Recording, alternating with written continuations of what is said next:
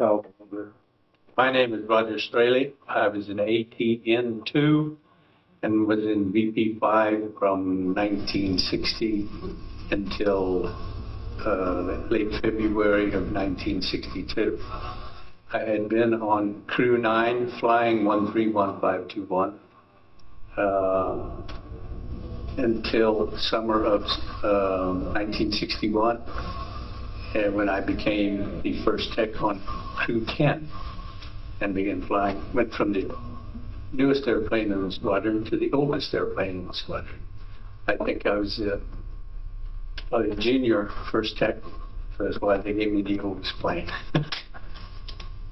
I made the deployment to Keflavik in the fall of 1961 and was flew the patrol the previous people had talked about.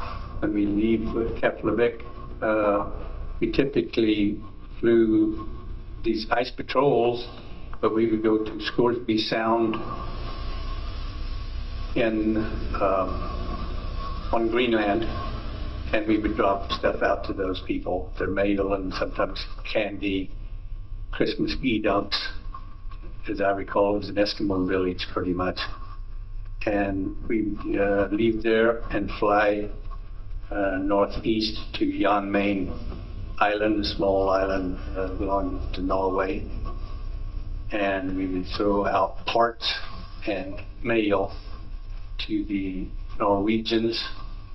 And as I recall, 2 United States Coast Guardsmen were on that island. Of course, it was icebound through the winter. Their only supply of parts and mail was what we would throw out of the airplanes to them when we fly there. So typical flight was from Keflavik over to Greenland, from Greenland up to Scoresby Sound, up to Jan Mayen Island, excuse me, and then back to Keflavik.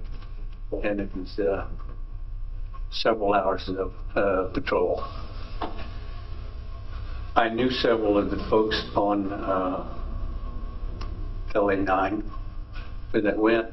I had gone back to the United States on emergency leave about 3 days before the plane was lost. And I came back to Jacksonville. And it took me about 2 days to get here, so very shortly after arriving from Jacksonville, the word arrived that the LA9 was missing, and with all hands.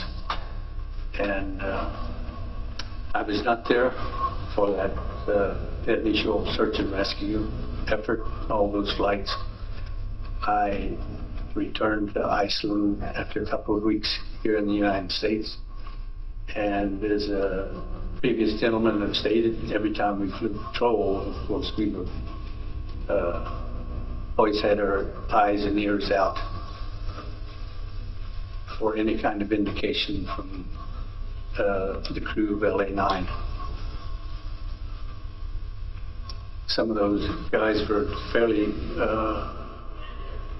good buddy, and some were more like acquaintances, but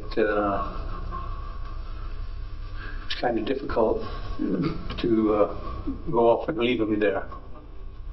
And years later, I was stationed at Fleet Sonar School in Key West, Florida, when I had heard that an expedition going across the Greenland ice pack had come across the Navy PPV. I think that's all I have.